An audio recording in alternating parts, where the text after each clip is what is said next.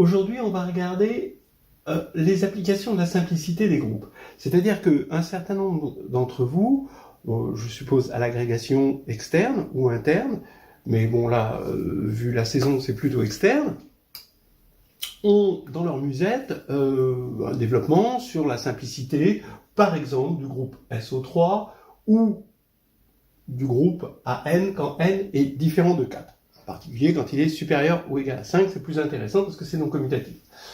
Alors, évidemment, même si, et surtout, si votre développement est impeccable, le jury sera amené à poser des questions qui regardent si vous avez du recul par rapport à ça, si vous savez ce que c'est que la simplicité. Bon, alors on va supposer que vous savez parfaitement démontrer la simplicité. La première question, c'est est-ce que vous connaissez d'autres groupes simples? Alors bon, globalement, les groupes simples, c'est AN, N différent de 4, SO3, bon, puis après, bon, il est bon de savoir que SON n'est pas simple, en tout cas SO4 n'est pas du tout simple, SO5 est simple, hein, on est sur R, hein, et ensuite SO6, et de Strasbourg évidemment.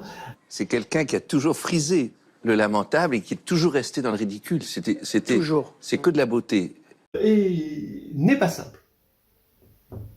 Donc, pourquoi? Parce qu'il y a un sous-groupe distingué, vous avez identité et moins l'identité dans SO6, parce que 6 est simple. Donc ici, vous avez, il suffit de quotienter par ce sous-groupe-là, donc SON inter R étoile identité, donc qui est en fait plus ou moins identité, et là, vous allez obtenir un groupe simple. Voilà. Pareil, SLN n'est pas simple, mais quand vous le quotientez, donc c'est pour ça qu'on met un P, ici on aurait pu mettre P, SON, donc quand vous quotientez par l'intersection du groupe et des homothéties, d'accord, K étoile identité, eh bien, vous obtenez un groupe simple, sauf si N égale 2, avec K égale soit F2, soit F3. Bon. Donc ça, c'est des exceptions, il y a des ratés au départ. Maintenant, il faut surtout avoir conscience des applications de la simplicité des groupes. À quoi ça sert, d'accord? En gros, pourquoi faire simple? Vous savez qu'il avait raté sa carrière. Évidemment. Et sa vie aussi, d'ailleurs. On en reviendra peut-être à une autre partie. Voilà. Soit j'ai un groupe simple. Alors, voilà toutes les propriétés qu'on va récolter qui sont vraiment magnifiques et puis qu'on a en un claquement de doigts. Si on a un morphisme de G dans H, eh ben le morphisme, il est soit trivial, soit injectif. Ça, c'est génial. D'accord? Il n'y a pas de demi-mesure. Vous voyez? Soit il est trivial, c'est-à-dire que tout est envoyé sur l'identité de H, soit il est injectif. Et G rentre tout entier dans H sans noyau. Effectivement, parce qu'un noyau, c'est distingué. Donc, soit il est égal à E, dans ce cas-là, c'est injectif, soit le noyau, c'est G tout entier, dans ce cas-là, il est trivial.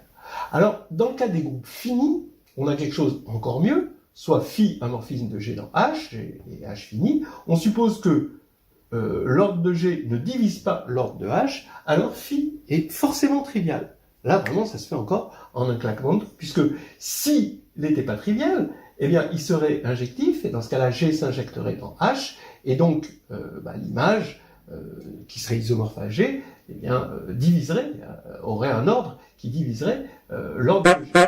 Or, ce n'est pas, et donc phi est trivial. Donc, vous voyez, c'est quand même extrêmement puissant. Encore, un autre truc d'une autre nature, maintenant, c'est que vous prenez une classe de conjugaison dans G, donc une classe de conjugaison, c'est l'ensemble des éléments de la forme H, C, H-1 avec petit c dans G, et on va supposer cette classe de conjugaison non triviale, c'est-à-dire que, bon, voilà, quoi, c'est pas la classe de l'élément neutre, eh bien, la classe de conjugaison engendre G. Pourquoi? Parce que d'abord, comme c'est non trivial, cette classe de conjugaison, le sous-groupe engendré par la classe de conjugaison, eh bien, ça va être un sous-groupe non trivial. Mais comme on a pris le soin de prendre une classe de conjugaison, ça va être distingué. Donc comme c'est distingué et non trivial, ça va être égal à G. Alors pourquoi c'est distingué? Parce que si vous prenez petit g dans le sous-groupe engendré par la classe de conjugaison, donc c'est de la forme le produit de CI, un produit fini de C1 ici, avec C1 ici dans la classe de conjugaison, puissance epsilon i, alors epsilon i c'est soit 1, soit moins 1. D'accord? Soit on met la puissance 1, soit la puissance moins 1. Voilà. Et donc voilà la forme habituelle d'un élément de C. Alors on peut répéter plusieurs fois les CI, hein, plusieurs fois le même. Voilà, et on prend petit h dans G, on conjugue petit g par H, et vous avez HG, H-1, comme la conjugaison c'est un automorphisme de groupe, eh bien c'est le produit des HCI, H-1, epsilon I. Voilà. Et donc comme CI est dans grand C, ben HCI, H-1 est aussi dans grand C, parce que C est une classe de conjugaison, donc ça c'est dans le sous-groupe engendré par C. Donc moralité, ce groupe-là est un groupe distingué parce qu'il est stable par conjugaison. C'est ça la définition d'un sous-groupe distingué, hein, c'est un sous-groupe stable par conjugaison. Et donc c'est égal à G. Donc n'importe quelle classe de conjugaison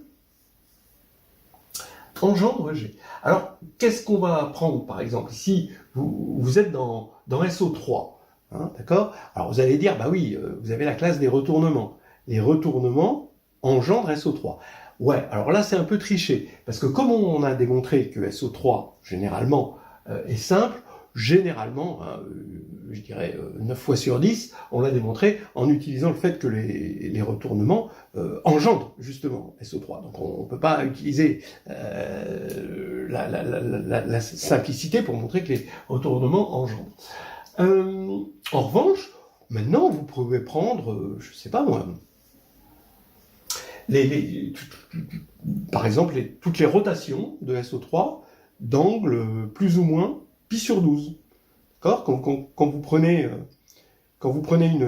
une rotation de SO3 d'angle θ, eh bien, vous savez que sa trace, c'est 1 plus 2 cosinus θ, donc l'angle au signe près, c'est-à-dire cosinus, l'angle au signe près, est entièrement, c'est un invariant de la classe de conjugaison, et inversement, et réciproquement. Maintenant, si vous prenez l'ensemble des rotations qui est d'angle plus ou moins pi sur 12, eh bien, ça va être une classe de conjugaison, et donc, ça va engendrer SO3, voilà, directement.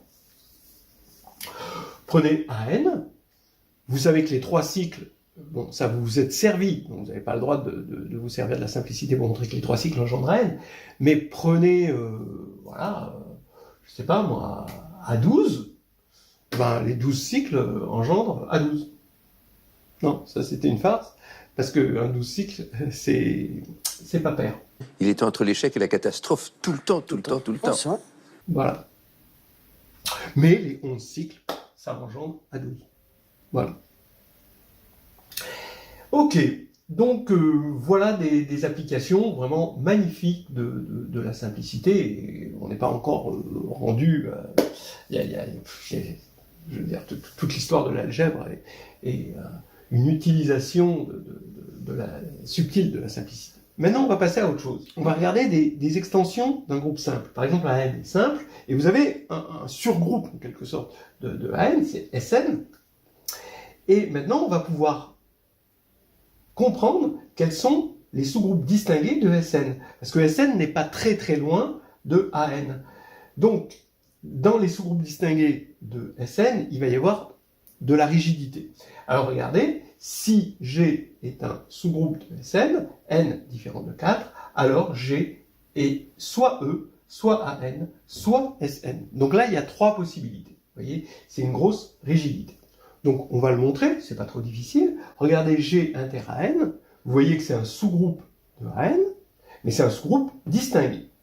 Alors pourquoi c'est un sous-groupe distingué? Parce que quand vous conjuguez par un élément de AN, comme G est distingué dans SN, ça va rester dans G, et comme AN, bien sûr, en quelque sorte, il est distingué dans AN. Il est même distingué dans SN, il est distingué dans AN, eh bien, donc la conjugaison va rester stable AN, donc l'intersection. Donc on a bien là G inter AN, qui est un sous-groupe distingué de AN. Donc comme AN est simple, parce que AN est différent de 4, soit G inter AN égale à N, ce qui revient à dire que AN est inclus dans G, c'est le premier cas. Donc on a G qui est coincé entre AN et SN. Alors là, il n'y a pas beaucoup de place entre AN et SN, parce que quel va être l'ordre de G? Forcément, par Lagrange, un multiple de AN. Mais l'ordre de Sn est un multiple de G. Donc ces deux multiples, ça doit donner le multiple, quand on les multiplie, ça doit donner le multiple qu'on a ici. Mais le multiple ici, c'est 2, qui est premier. Hein, parce que l'ordre de Sn est 2 fois plus grand que l'ordre de An. Ce qui fait que soit G est égal à N, soit G est égal à Sn. Donc on a obtenu ces deux situations dans le premier cas. Maintenant, deuxième cas, soit G inter AN égale forcément E, parce que comme AN est simple, hein, c'est soit tout, soit rien, presque rien, disons, l'élément neutre. Alors, dans ce cas-là, qu'est-ce qui va se passer si G inter AN égale E?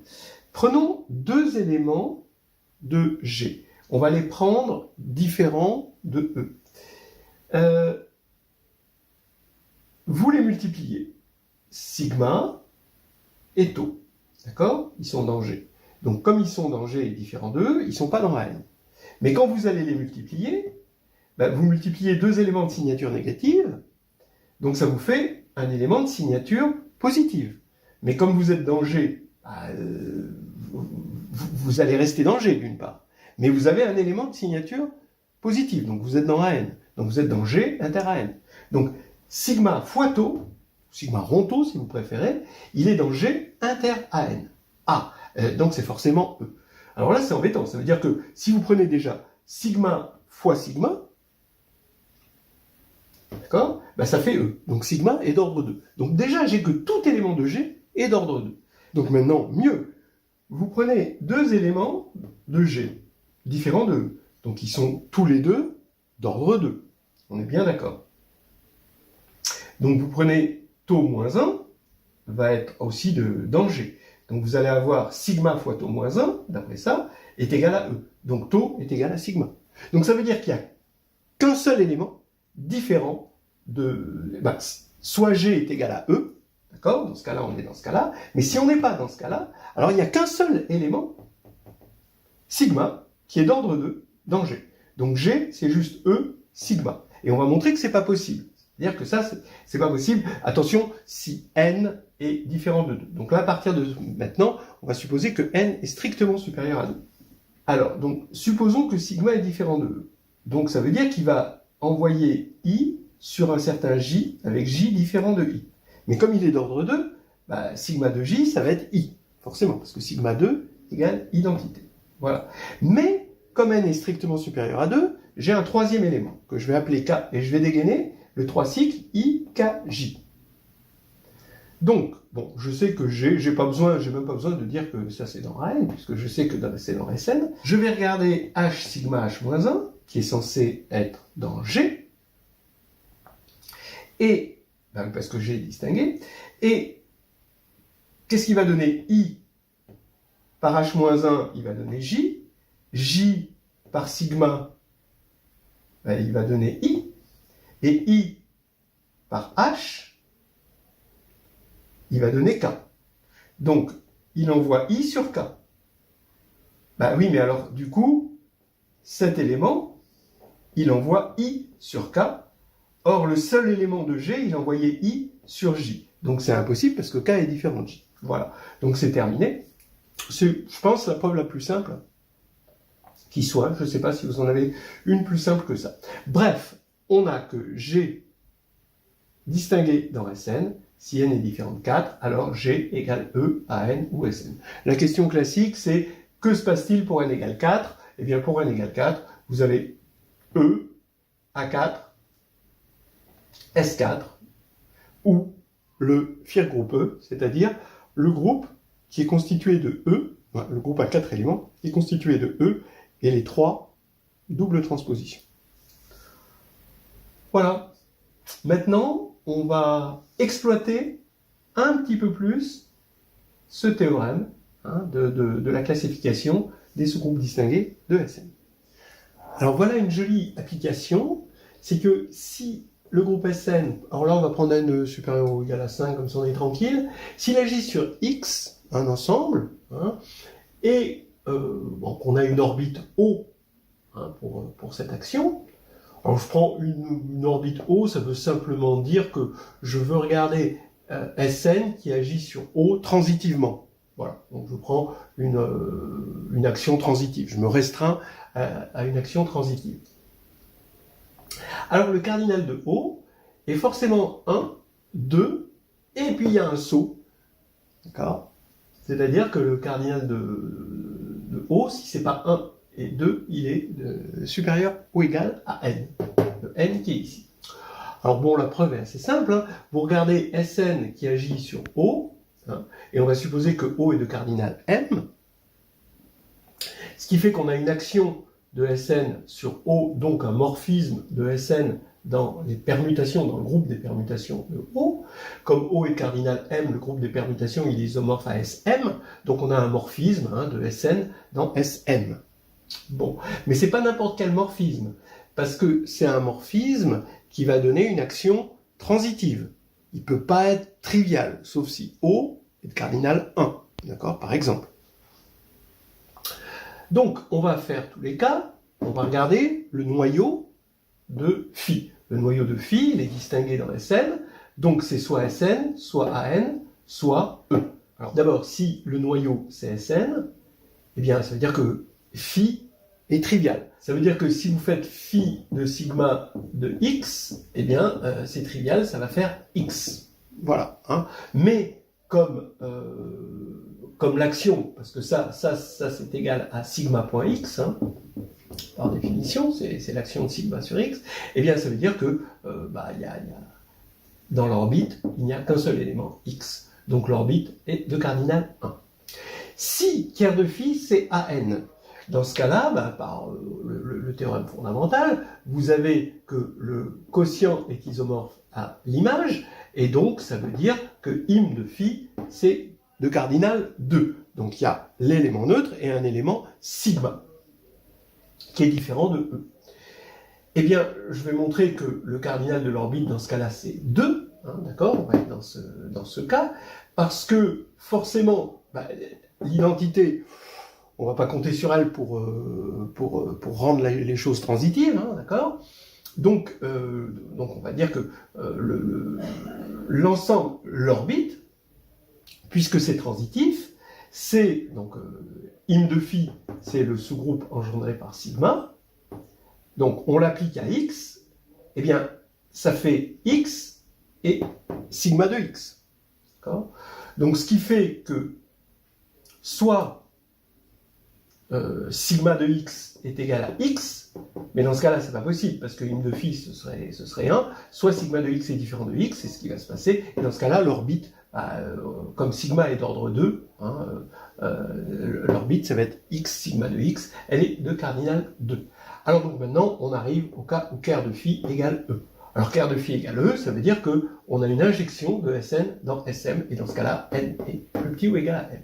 Voilà. Donc, on a ce théorème, et en fait c'était un théorème de Joseph Bertrand en 1845 qui est relatif à ce théorème-là.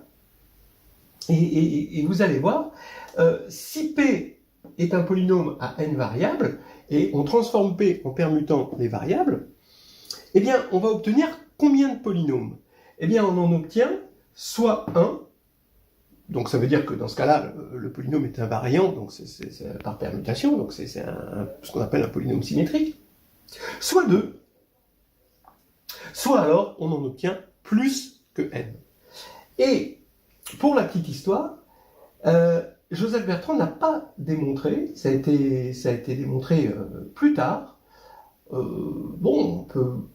Quand même, la simplicité n'était pas encore vraiment bien assimilée hein, à cette époque, alors que Galois était quand même décédé depuis longtemps, c'est assez incroyable. Et Joseph Bertrand, pour montrer ça, et en fait, c'était une hypothèse, il a supposé, l'hypothèse de Bertrand justement, c'est-à-dire que le postulat de Bertrand, c'est que entre n et 2n, il y a toujours un nombre premier P. C'est pour cela qu'il l'a fait. Alors que c'était inutile, la simplicité, ça torchait tout. Mais bon, à l'époque, ils n'avaient pas encore bien assimilé, hein, on va dire, les grands mathématiciens comme Bertrand, n'avaient pas assimilé parfaitement la simplicité comme Galois l'avait fait. Eh bien, pourquoi ? Parce que c'est une orbite, hein, on regarde, on a bien une action hein, de Sn sur l'espace des polynômes. Grand X, ça va être l'espace des polynômes. Et il agit, Sn, par permutation des variables. Eh bien, vous appliquez ce théorème. Donc regardez, vous prenez pour n égale 3, bon, alors vous allez me dire n égale 3, c'est pas n supérieur à 5, mais bon, c'est juste pour se donner une idée. x1, x2 plus x2, x3 plus x3, x1, eh bien ça va être un polynôme symétrique. D'accord ? Vous pouvez permuter les indéterminés comme vous voulez. Vous obtiendrez toujours le même polynôme, donc vous êtes dans ce cas-là. Là, vous prenez celui-ci, x1 carré x2 plus x2 carré x3 plus x3 carré x1, eh bien, vous voyez bien qu'il est symétrique il est A3 symétrique, c'est-à-dire si vous prenez le 3 cycles, vous transformez 1 en 2, 2 en 3 et 3 en 1, ça c'est symétrique pour A3. Mais il n'est pas symétrique pour la transposition 1, 2. Donc il va donner naissance à un deuxième polynôme par permutation. Mais c'est tout. On est dans le cas où l'orbite c'est 2. Voilà. Et sinon, après, c'est supérieur ou égal à n. Donc ils avaient remarqué que des polynômes symétriques, il y avait cette espèce de saut. Hein, quand on symétrise des polynômes, le nombre de polynômes obtenus possédait un saut.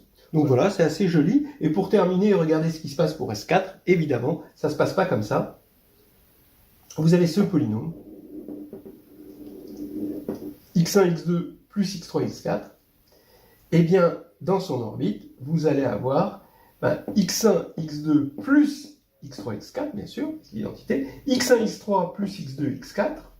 Donc là, il suffit d'envoyer 1 sur 4, 4 sur 1, 2 sur 3, 3 sur 2, la double transposition, vous avez ça.